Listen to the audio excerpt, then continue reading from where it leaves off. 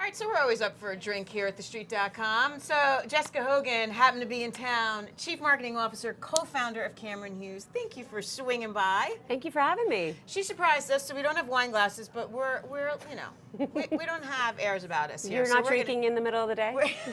And everybody should be.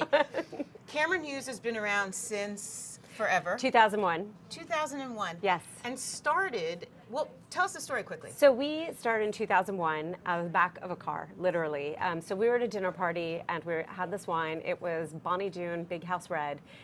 Crappy, I'm sorry, love you guys over there at Bonnie Doon, but the wine was crappy and it was $16 a bottle. And we both looked at each other and were like, we can do this better.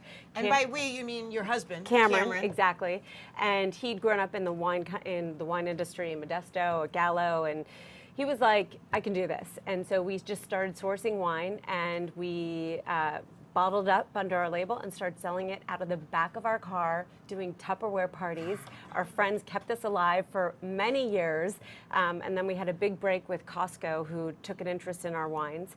And the Lot Series brand was born. And then as soon as we were in Costco, we started to get a big demand for selling our wines online. And then we said, okay, well, we'll sell our wines online. And it just exploded. You were one of the first wine companies to capitalize on the web. Mm-hmm. Because I still think there's a lot of winemakers, vineyards who can't wrap their heads around it. That's correct. It's the slowest industry to adapt the digital world. You now Chief Digital Officer. Yes. How did that happen? How did that come about? Because people now really just buy the wines online. Yes. Well, we've always believed strongly in having the transparent, amazing relationship with our customers.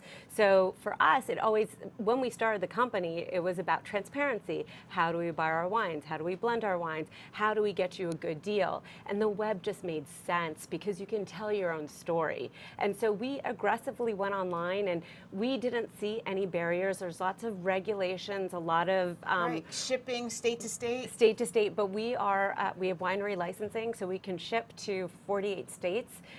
You do have some complexity in tax reporting, but that's all provided by back-end software now. So just so people understand, it started as other people's grapes, mm-hmm. and you bottled them. That's so, like correct. for instance, you open this Pinot. Mm-hmm. Is this yours or is it?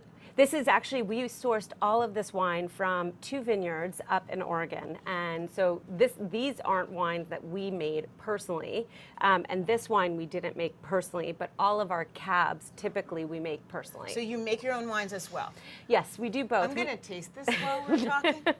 So we do 90% of our business is sourcing. So we work with very high-end vineyards that we can never name because they sell their wines for much higher prices, which was the premise of our business, which is affordable wines, affordable high-end wines.